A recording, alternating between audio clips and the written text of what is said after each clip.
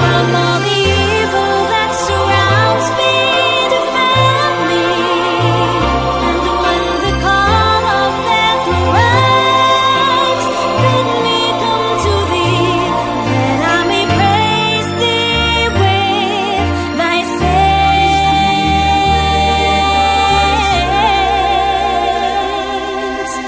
forever.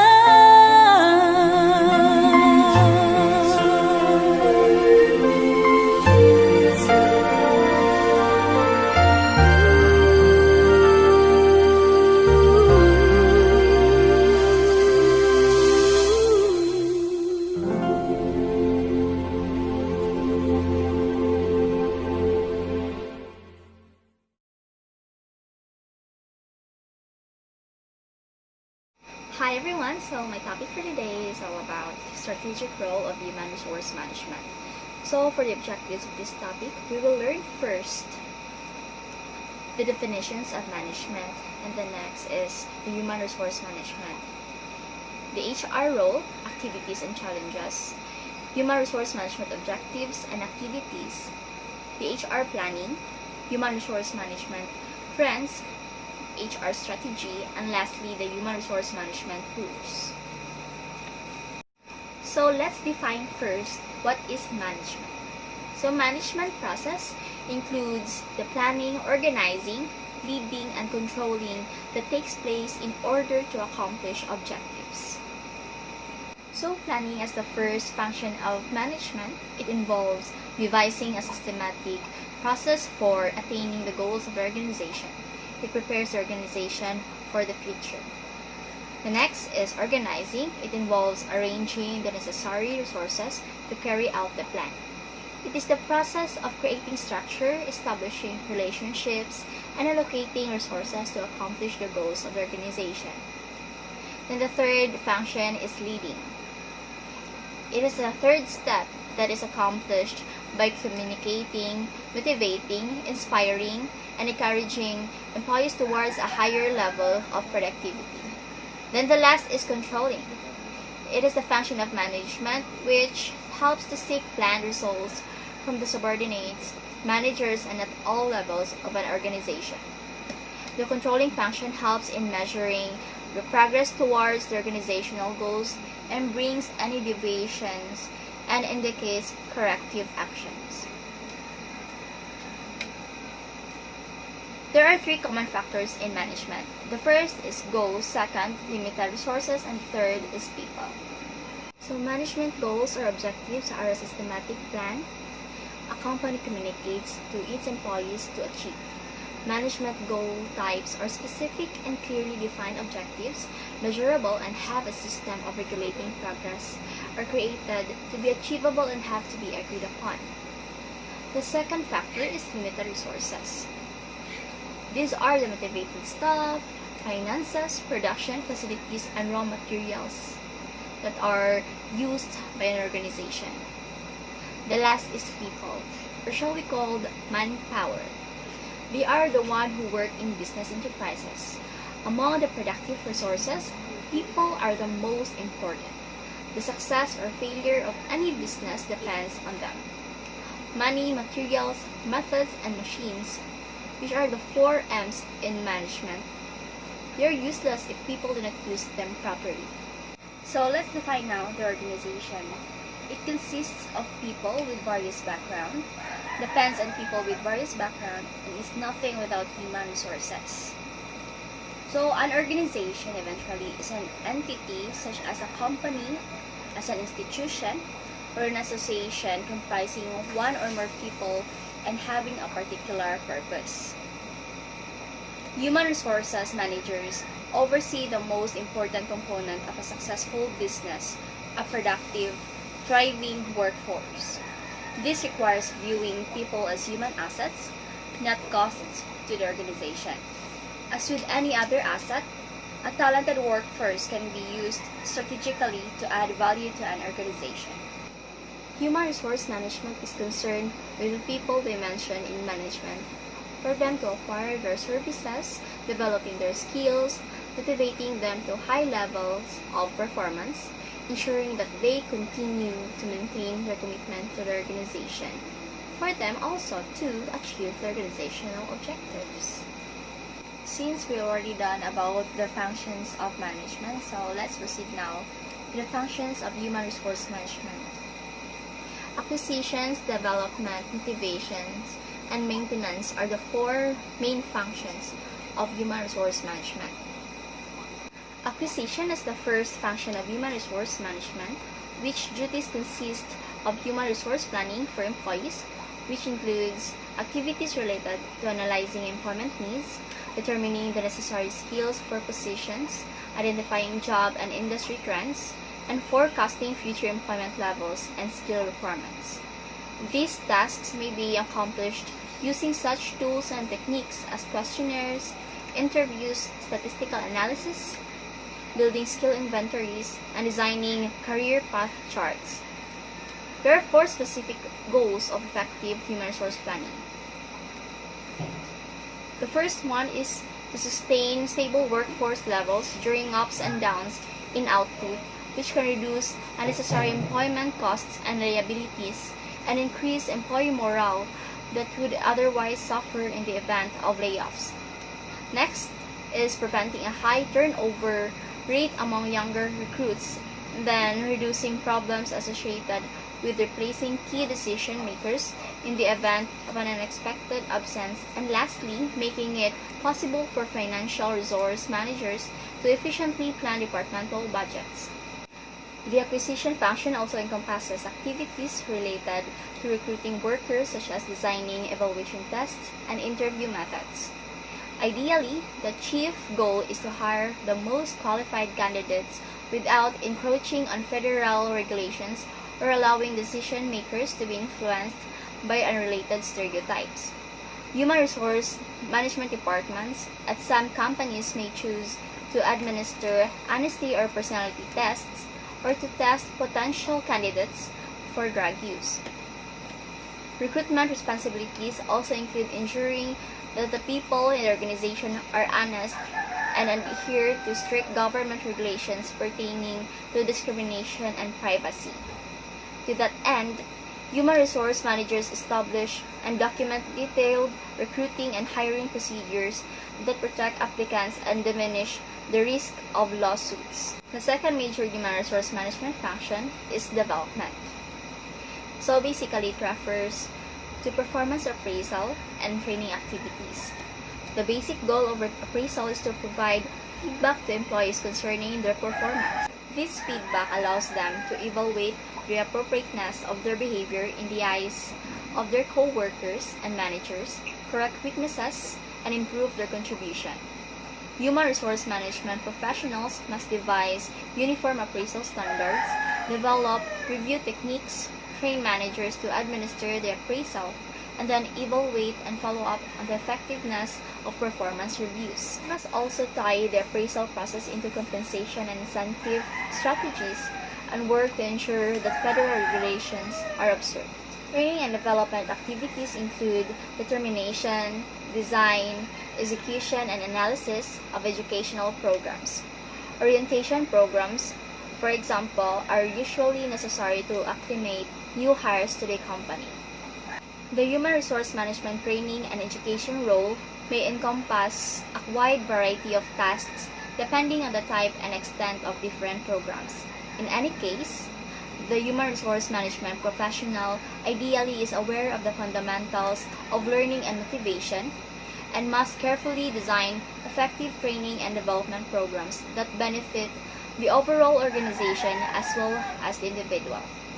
Training initiatives may include apprenticeship, internship, job rotation, mentoring, and new skills programs. The third major human resource management function, which is motivation, that refers to human resource management duties related to paying employees and providing incentives for them.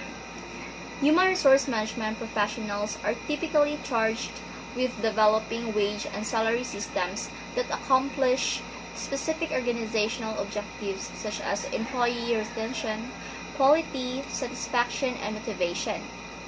Ultimately, their aim is to establish wage and salary levels that maximize the company's investment in relation to its goals.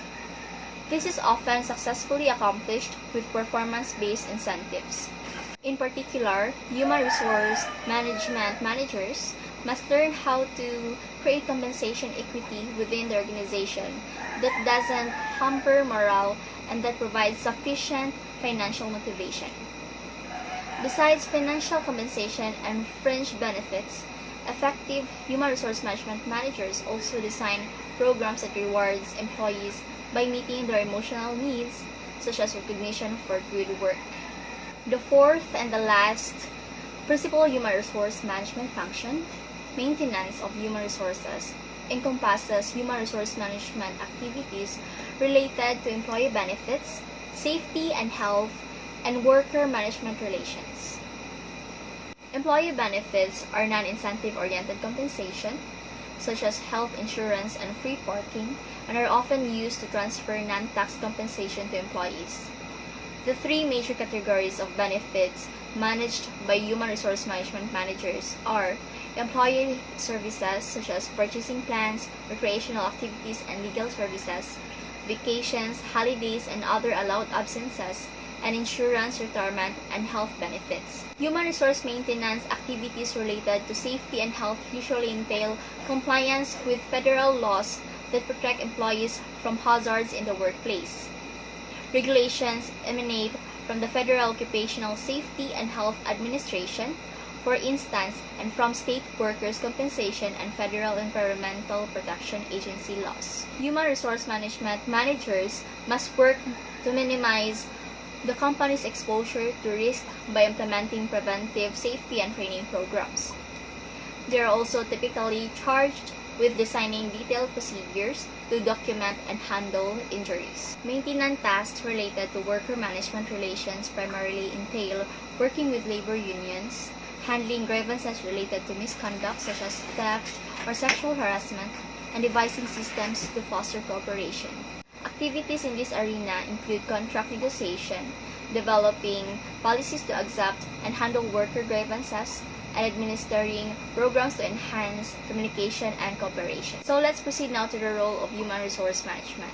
So in an organization, the Human Resource Management Administration functions are for recruitment, compensation analysis, benefits administration, training and development, and general employee administration. So recruitment refers to the process of identifying, attracting, interviewing, selecting, hiring, and onboarding employees. In other words, it involves everything from the identification of a staffing need to filling it. Depending on the size of an organization, recruitment is the responsibility of a range of workers. The second one is compensation analysis. It shows the employer whether or not they are paying their employees a reasonable rate. Salary analysis is a complex system that involves taking salary data from many different companies. Salaries are compared by region, industry, job title, and level of experience. The third one is benefits administration. It is a process of creating, managing, and updating an organization's employee benefits program. Benefits administration typically falls under the responsibility of human resources and involves managing health insurance, retirement accounts, vacations, paid time off, and parental leave. The fourth administration function is training and development. It is a structured program with different methods designed by professionals in particular jobs. It has become most common and continuous task in any organization for updating skills and knowledge of employees in accordance with changing environment. Optimization of cost with available resources has become pressing need for every organization, which will be possible only by the way of improving efficiency and productivity of employees, possible only by way of providing proper employee training and development conditions so that it should be provided by professionals. Further training, it constitutes a basic concept in human resource development. It is concerned with developing a particular skill to a desired standard of instruction and practice. Training is a highly useful tool that can bring an employee into a position where they can do their job correctly, effectively, and conscientiously. Training is the act of increasing the knowledge and skill of an employee for doing a particular job. While the development, it is the integrated use of training, organization, and career development efforts to improve individual, group, and organizational effectiveness. Human Resource Department develops the key competencies that enable individuals in organizations to perform current and future jobs through planned learning activities. And then the last administration function is the General Employee Administration. It forms maintain critical information for each employee. Setting up an employee as a multi-step process and a good amount of information is gathered during the configuration. Standard information is entered and used throughout labor management. So above the screen are the major activities conducted by HR. These are recruiting, selecting, training, motivation, evaluation, and compensation. So let's proceed to HR challenges. So the first HR challenge is economic development and technology development. Economic conditions are a major external factor that is pretty much outside of the control of human resource management, but which can have a huge impact on the company. Recessions, economic booms, and the general rate of inflation affect consumer demand, which affects personnel needs. Another huge economic factor is the unemployment rate, which affects the market rate for wages and salaries. Technology also can present opportunities and challenges for human resource management professionals. New technologies may require human resource management professionals to hire new employees competent in the new technologies.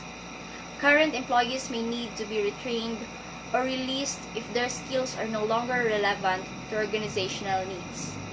Even something as simple as a new version of a word processing program or a new digital copier may require HR-sponsored training. The second problem is human resources availability and quality. Workforce shortages exists due to an inadequate supply of workers with the skills needed to perform the jobs leads to addition of unskilled workforce. HR professionals have faced greater pressures to recruit and train workers. Workforce challenges resulting from aging workers leaving the workforce and being replaced by less experienced, early career workers, if they can be replaced at all, are being felt around the world. Small businesses face more staffing challenges than larger companies because of their limited labor budgets and need to have employees multitask. This makes recruiting and managing workers from a smaller talent pool more difficult for a human resources manager. In a tight labor market, these problems loom even larger. With a long-term strategic plan, HR managers at small businesses can maximize their ability to staff their companies with the right people. So let's go now to the third HR challenge, which is demographic. So demographic deals with the number and characteristics of people who live in a particular area or form a particular group, or in short, it is the study of population. It usually focuses on age, gender, race, and marital status. So for example, gender discrimination, it comes in many different forms. But generally, it means that an employee or a job applicant is treated differently or less favorably because of their sex or gender. Some are not being hired or being given a lower paying position because of their sex. Second example is age discrimination. It may include not interviewing someone because they are too young or too old to fit with other staff, and some companies are not employing younger workers because it's assumed that they'll quickly move into another job. The human resource management activities are focused on productivity, quality, and services. Productivity helps to motivate the workplace culture and boost morale, producing an even better company environment. More often than not, when a firm is highly productive, it eventually becomes successful, and because of this, incentives are bound to be made available to the employees. So, how to be productive? Be yourself, create a culture of transparency and feedback, get to know each individual, appreciate good work, empower them with the best technology, encourage risk-taking, get everyone behind the mission and keep them there, give people freedom and autonomy, push people to do what they don't think they can do, and lastly, hire the best people.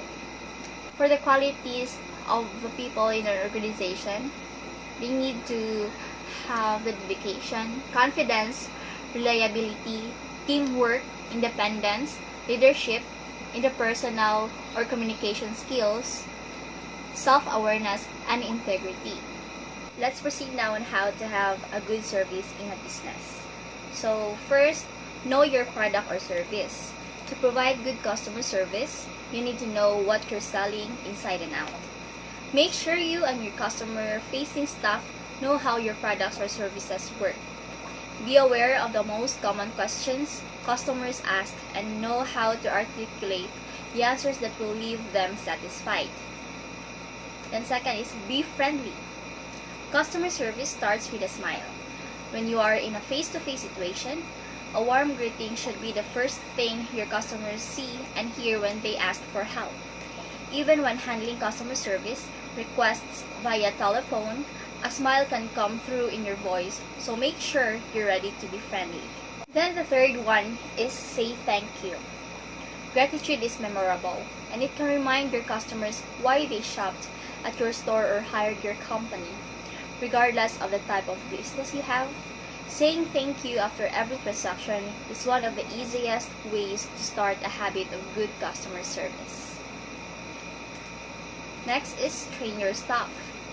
It's important to make sure all of your staff or employees, not just your customer service representatives, understand the way they should talk, to interact with, and otherwise assist customers. Provide employee training that gives your staff the tools they need to carry good service through the entire customer's experience. And then the sixth one is listen. Listening is one of the simplest secrets of customer service. It means hearing what your customers are saying out loud, as well as what they are communicating non-verbally. Watch for signs that they are displeased while listening to what they say to you directly. The seventh is be responsive. There may be nothing worse than non-responsiveness to a customer who is trying to get help, resolve an issue, or find out more about what you're selling. It's important to respond quickly to all inquiries, even if it is only to say you are looking into the issue and will be back in touch. Some response is always better than none, so the customer doesn't feel ignored. Then ask for feedback. You may be surprised what you learn about your customers and their needs when you ask them what they think of your business, products, and services. You can use customer surveys, feedback forms, and questionnaires, but you also can make it a common practice to ask customers firsthand for feedback when they are completing their orders. And last but not the least, use feedback you receive. You need to do something with the feedback you receive from customers in order to make it useful in your customer service process. Take time to regularly review feedback, identify areas for improvement, and make specific changes in your business. Excellent customer service often comes down to consistently checking in with your customers and making sure they're happy with the products and services you're selling and the process of purchasing, ordering, working with you. If you do that successfully, you are on your way to becoming known for providing excellent customer service. So here in the picture, you can see the HRM activities. These are recruitment and staffing, human resource development, compensation and benefits, remuneration and human resource relation, planning and analysis of the HR, and equal employment opportunity. So as what you have seen in the chart, recruitment, selection, positioning has the greatest percentage in proportioning of human resource management objectives. Since an effective recruitment, selection, and positioning policy not only fulfills the requirements of a job but also ensures that an organization will continue to maintain its commitment to providing equal opportunity to employees. Adherence to such a policy will let you hire the best possible candidates for your organization. So the training and development will follow, then compensation, and lastly is industrial relation. So these are the objectives of human resource management. First, increasing value of human capital. So what is human capital? Human capital is an intangible asset or quality not listed on a company's balance sheet. It can be classified as the economic value of a worker's experience and skills. This includes assets like education, training, intelligence, skills, health, and other things employers value such as loyalty and punctuality. The concept of human capital recognizes that not all labor is equal, but employers can improve the quality of that capital by investing in employees. The education, experience, and abilities of employees all have economic value for employers and for the economy as a whole. Human capital is important because it is perceived to increase productivity and thus profitability. So the more a company invests in its employees, the more productive and profitable it could be. Then second is recruiting and maintenance of human resource. Then HR skills and capability development. So this will be done through trainings and seminars so that the employees' performance will be more developed. Then fourth, identification compensation. Then cost and effectiveness system result, and lastly, efficient administration. So what is efficient administration? This is to achieve a maximum productivity with minimum wasted effort or expenses in administrating an organization. Let's go to the HR planning. Human resource planning is the process by which an organization ensures that it has the right number and kind of people at the right place, at the right time, capable of effectively and efficiently completing those tasks that will help the organization achieve its overall objectives. Human resource or manpower planning is the process of acquiring and utilizing human resources in the organization. It ensures that the organization has the right number of employees in the right place at the right time.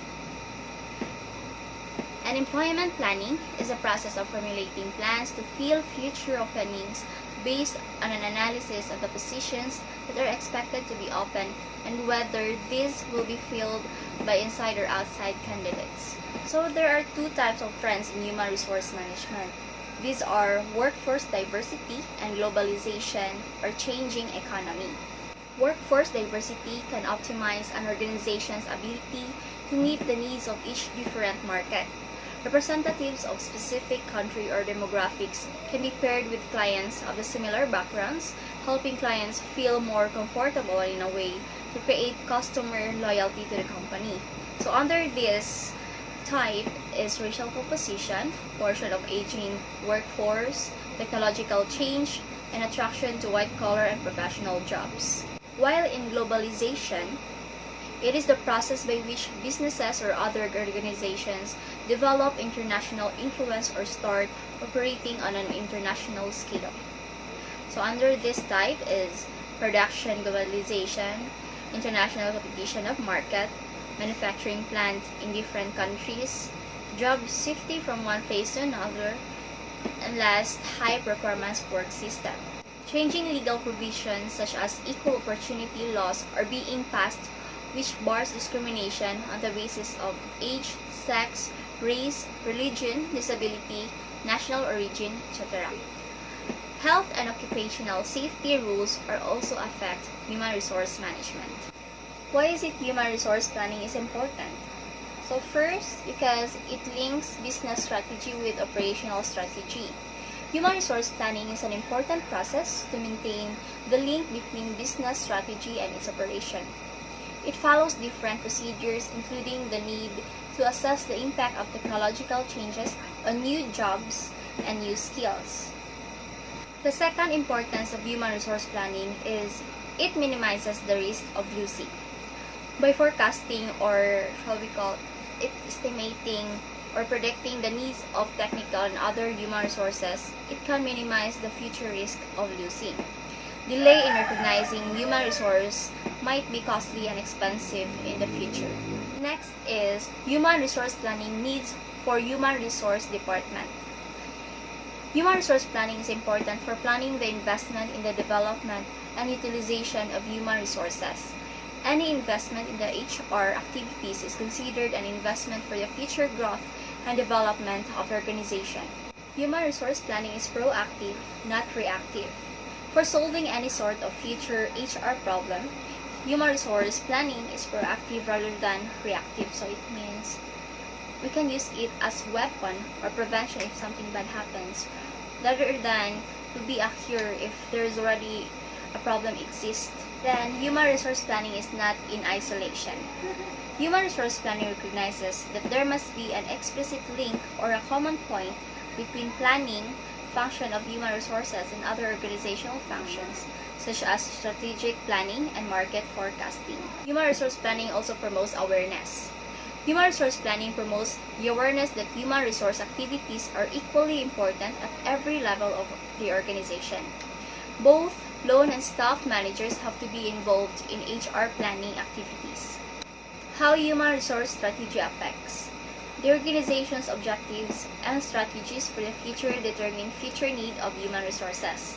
It means number and mix of human resources are reaction to the overall organizational strategy. Increment in human resource supply can be done by combination of following sources. First is new hiring. It is easily predictable with high accuracy. Then transfer of personnel. It affects in other unit and so difficult. Then in individuals returning from long leaves, such as maternity, military service.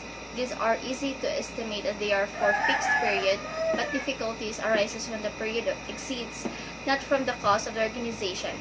In this situation, the organization cannot fire the employee as per legislation. Then decrease in human resource supply can be done by combination of following sources. First, retirements, then dismissals and sabbaticals. Retirements easily predictable with high accuracy but very difficult to forecast voluntary quits, prolonged illness, and deaths. Dismissals, it can be forecast within reasonable limits of accuracy.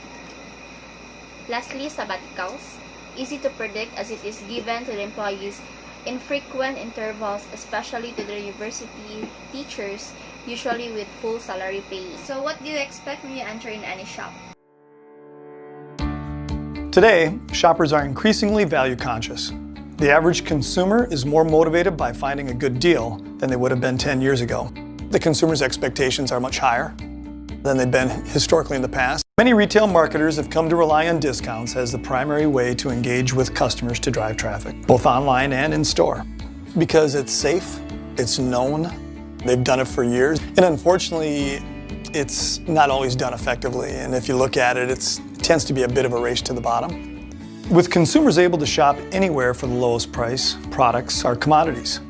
Retailers are now faced with the daunting challenge of moving away from a product-centric past of pushing out products in big box stores. The in-store experience should be an interactive and differentiated experience. Brick-and-mortar stores should provide emotional interaction with products and brands and show consumers what sets the in-store experience apart from the virtual. When retailers start thinking about the customer experience and what it should mean to a customer, I think they need to look at the one-to-one opportunities there and using customer information data to personalize those touch points. Retailers can enable staff with technology to provide personalization to the customer. Through behavioral data, staff can better understand and act on the customer needs and preferences. This could be as simple as suggesting relevant products the next time they see a customer. And I think it's going to expand into higher frequency sectors of retail as well because of the prevalence of information. The desire to shop, touch, browse, and experience products in person will never go away. By equipping stores with technology for a personalized customer experience, consumers have a clear reason for making the trip. Recruiting is the process of locating, identifying, and attracting capable candidates.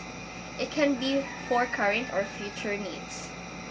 In selecting, it is a process of assessing candidates and appointing a post holder. Purpose is to hire the persons best able to meet the needs of the organization.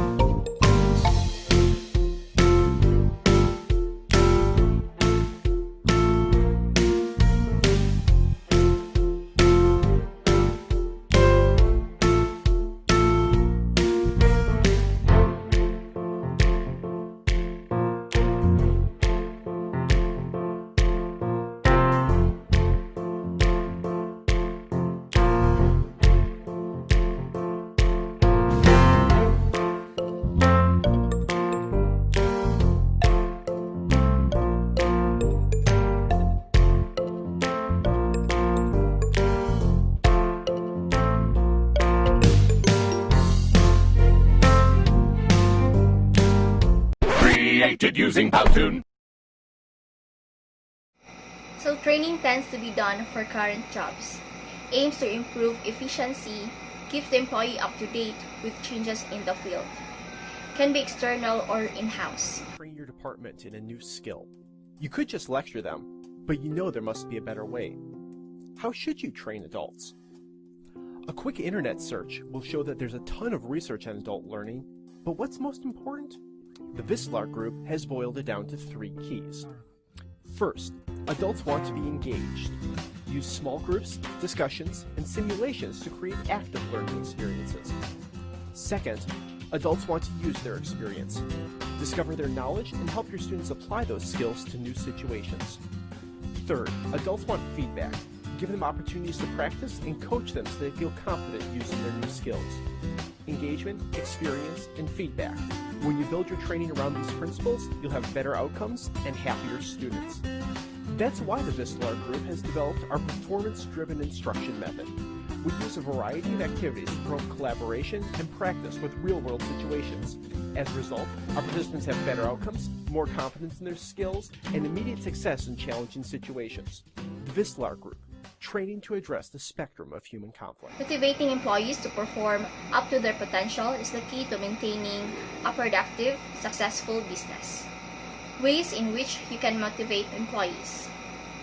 First, interact. Talk to your employees regularly. Second, recognition and appreciation. A job well done should be appreciated and encouraged. Pay them right.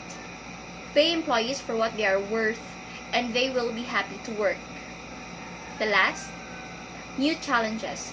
Give employees new and interesting challenges to keep them stimulated and learning.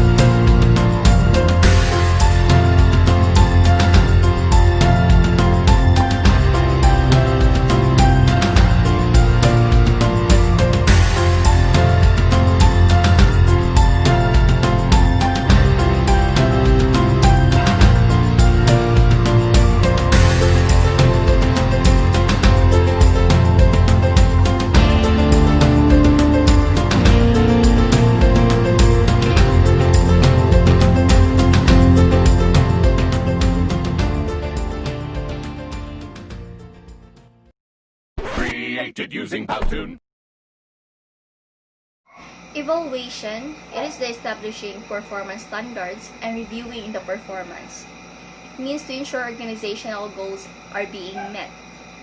To identify employees who are performing well and those who aren't.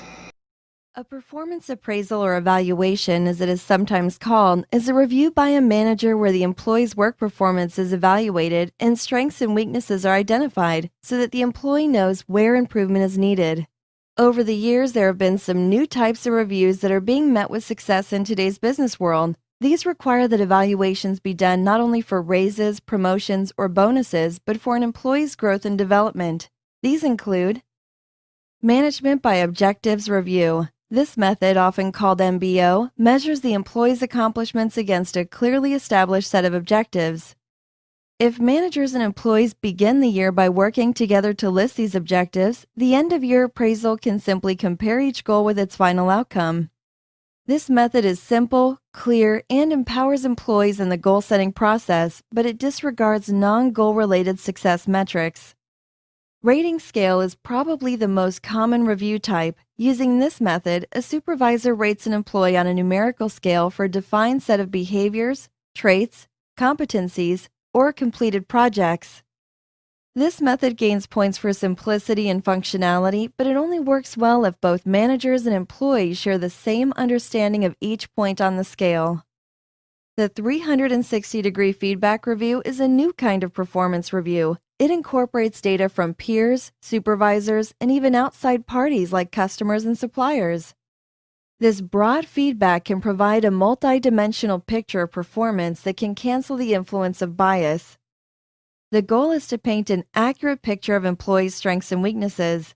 Gathering feedback from multiple sources is a great way to ensure employees are rated fairly and accurately. No matter which type of performance evaluation used, remember the goal is to foster communication between managers and employees. To make your performance reviews as productive as possible, try the following steps. Be prepared. Lead with the positive. Don't be confrontational. Keep it simple. Be consistent. Make it a two-way conversation. Address what's important to the employee. Discuss work and life balance. Be a good listener. Give feedback regularly. To download the review templates mentioned in this video, as well as a guide on how to conduct the actual performance review, visit us at turnkeydoc.com. Subscribe to our YouTube channel to sample our how-to video library, or visit us at turnkeydoc.com to download your free gift. For the compensation, incentive compensation can be commission, bonus, and stock options. Commission is a compensation based on fixed formula for sales. Bonus is periodical compensation based on the store's performance during that period. Stock options. It is the employees are encouraged to buy shares of their company at discounted prices.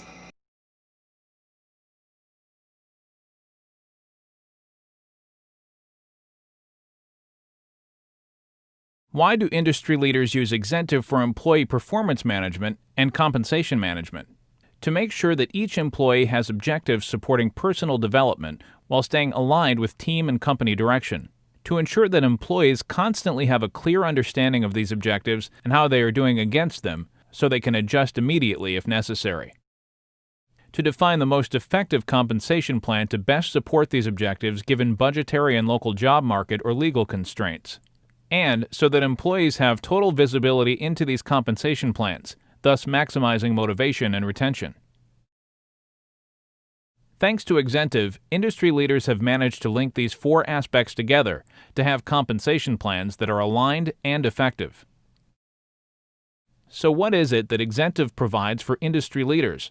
First, pre-built mechanisms to easily leverage data from HR and other systems, including external benchmarks, and to collect and approve qualitative information so they always have fresh, high-quality, controlled data.